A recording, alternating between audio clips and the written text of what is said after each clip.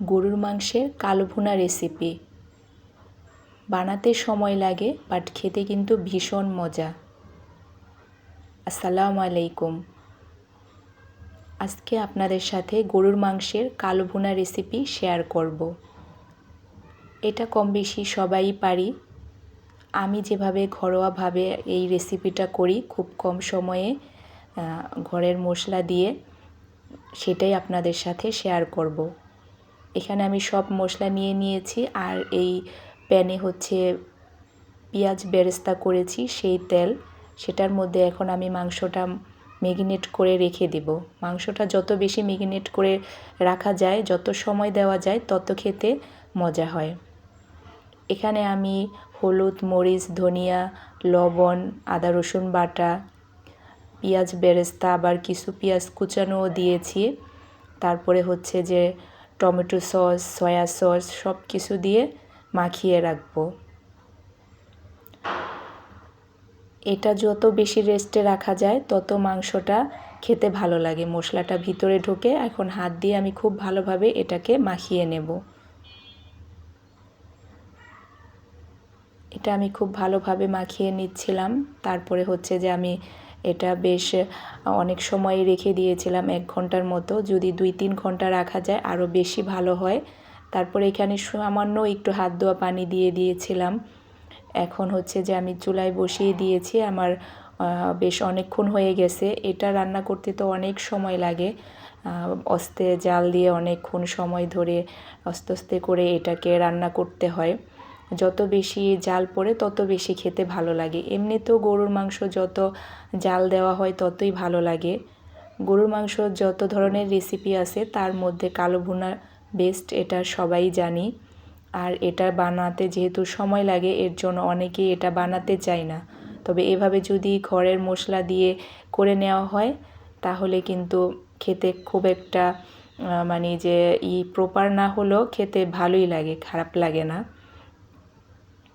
আর এই মাংস দিয়ে নান রুটি তারপর পোলাও, যে কোনো জিনিস দিয়েই খেতে খুব ভালো লাগে।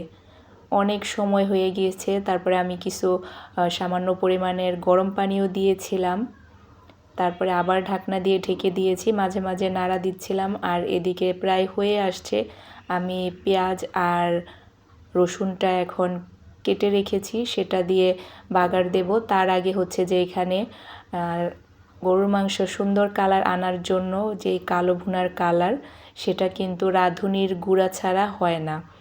আপনারা যারা মাংস প্যাকেট মশলা দিয়ে রান্না করেন তাদের কিন্তু দেখা যায় যে এই রাঁধুনির গুঁড়াটা আলাদা একটা প্যাকেটে থাকে আর অন্য কালো ভুনার মশলাটা আলাদা থাকে। তো এই রাঁধুনির গুঁড়াটা দিতে হয় একবারে লাস্টে, আগে দিলে খাবারের স্বাদটা অন্যরকম হয়ে যায়। আর এটা দেওয়ার পরে দেখেন কালার সুন্দর কালো ভুনার চলে এসেছে।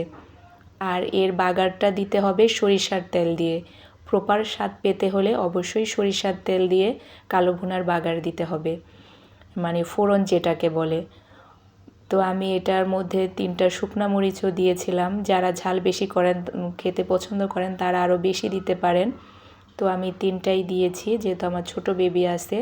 এটাকে বাদামি কালার করে তারপরে মাংস, এখানে হচ্ছে যে মাংসর মধ্যে এটা ঢেলে দিবেন না, মাংস এটার একটু উঠিয়ে এটার মধ্যে দিয়ে তারপরে ঢাকনা দিয়ে ঢেকে রাখবেন, তাহলে দেখা যাবে প্রপার একটা স্বাদ আসে। আর যদি ওই বেরেস্তাটা মাংসের মধ্যে ঢেলে দেওয়া হয় তাহলে কিন্তু সেভাবে স্বাদ আসে না। তো ওইটাকে ওইভাবে দিয়ে আমি 1-1.5 মিনিটের মতো ঢাকনা দিয়ে ঢেকে রেখেছিলাম চুলার আঁচ কমিয়ে। তারপরে এখন মাংসর মধ্যে দিয়ে দিলাম। দেখেই বুঝতে পারছেন প্রপার একবারে কালো ভুনার লুক চলে এসেছে। খেতেও মাশাআল্লাহ ভীষণ মজা হয়েছিল। ভিডিওটি ভালো লাগলে অবশ্যই ভিডিওতে একটা লাইক দিবেন। আর ভিডিও সম্পর্কিত কোনো মন্তব্য থাকলে জানাতে পারেন, আমি অবশ্যই উত্তর দেব। আর আমার ভিডিও যদি আরও দেখতে চান তাহলে আমার চ্যানেলটাকে সাবস্ক্রাইব করে পাশে অল বাটনে ক্লিক করে দেবেন। যারা অলরেডি এই কাজটি করে দিয়েছেন তাদেরকে জানাই অসংখ্য ধন্যবাদ। আজকে আমরা কালো ভুনার নান রুটি দিয়ে খাবো। আর নান রুটিটা বাসায় বানাইনি, বাইরে থেকে নিয়ে আসা হয়েছিল, আর সাথে ছিল সালাদ। দেখা যায় সালাদটা দিলে তো খুব মজা হয়। আর কালারটা দেখেই বুঝতে পারছেন। সবাই ভালো থাকেন। আল্লাহ হাফেজ।